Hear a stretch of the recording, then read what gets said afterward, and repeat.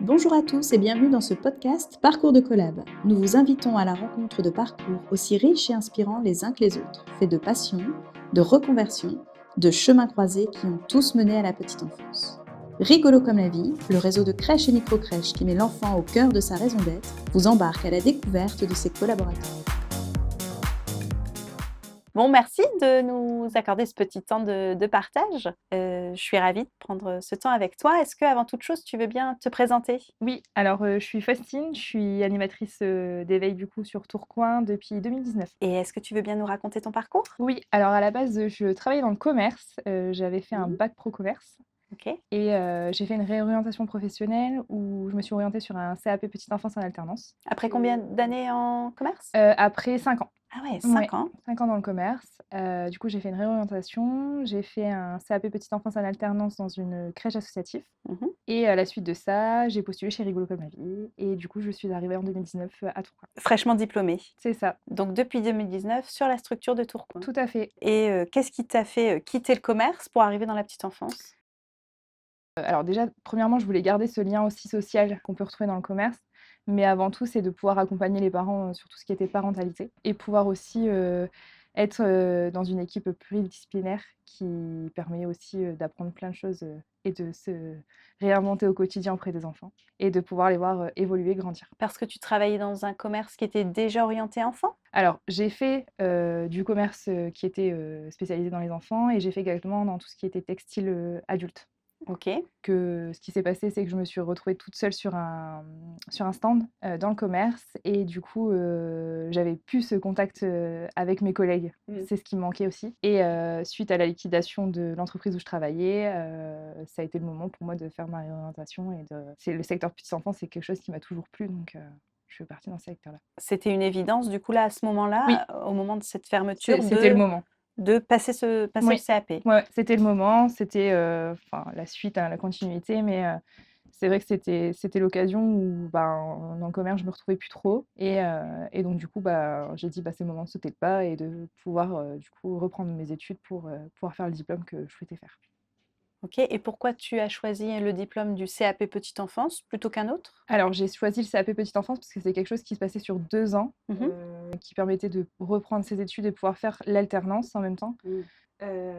Parce que du coup, c'était encore compliqué à cette époque-là, je savais pas si je préférais travailler en crèche ou en école Oui. et donc du coup, le fait de pouvoir faire les CAP, ça me permettait de pouvoir m'orienter soit sur l'un ou soit sur l'autre à la fin de l'obtention du diplôme. Du coup, j'ai pu faire, des stages et cetera pendant mon CAP qui m'ont Oui. permis de voir que, bah, c'était en crèche que je voulais travailler auprès des plus jeunes. OK, et alors du coup, chez Rigolo comme la vie, depuis 2019, Oui, au sein de la crèche de Tourcoing. Tourcoing, comment tu, arrives à te réinventer, tous les jours, depuis 6 ans? Ah bah, alors du coup, grâce aux formations qu'on peut avoir, au quotidien, que ce soit la formation Babysine, de pouvoir faire partie des collectifs aussi, collectif animation ou collectif, outils parentalité, et aussi, avec la reprise depuis, maintenant 1 an du projet intergénérationnel.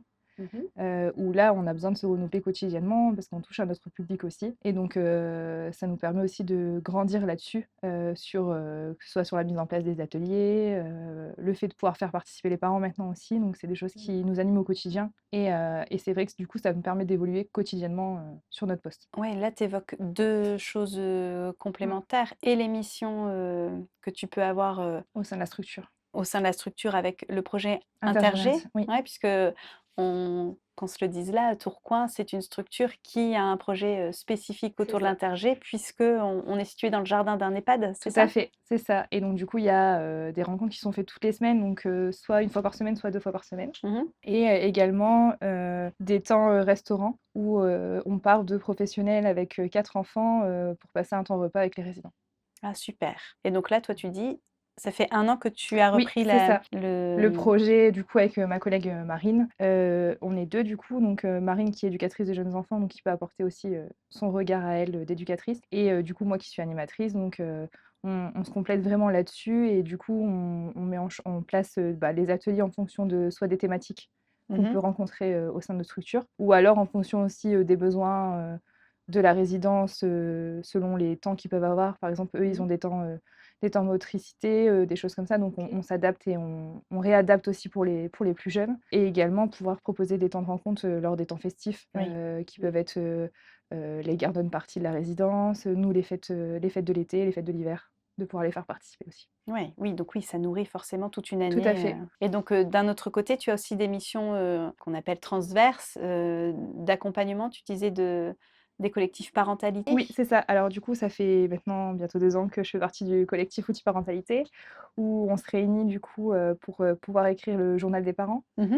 Et aussi, depuis maintenant plus d'un an où on va aussi, organiser des podcasts. Il y a eu les vidéos qui ont été faites sur le baby-sign. Voilà, c'est un temps de rencontre aussi, d'échange entre collègues aussi, pluridisciplinaires parce que, ben, il y a vraiment tout corps de métier et donc du coup, ça va être l'occasion vraiment de parler d'un sujet, d'une thématique et de pouvoir, voir vraiment tous les aspects de cette thématique. Super, et alors c'est quoi ta prochaine étape? Pas tout de suite parce que j'ai encore besoin de grandir sur mon poste, mais j'aimerais bien, effectuer une VAE, éducatrice de jeunes enfants, Ah pour pouvoir, super! évoluer du coup, sur mon Beau poste, projet. oui. Bon, eh ben, merci pour ce De partage. rien, merci à vous. Merci pour votre écoute. N'hésitez pas à découvrir les autres parcours de collab tout aussi inspirants. Et qui sait, vous serez peut-être le prochain à nous partager votre parcours, car tous les chemins mènent à la petite enfance. À très vite chez Rigolo comme la vie.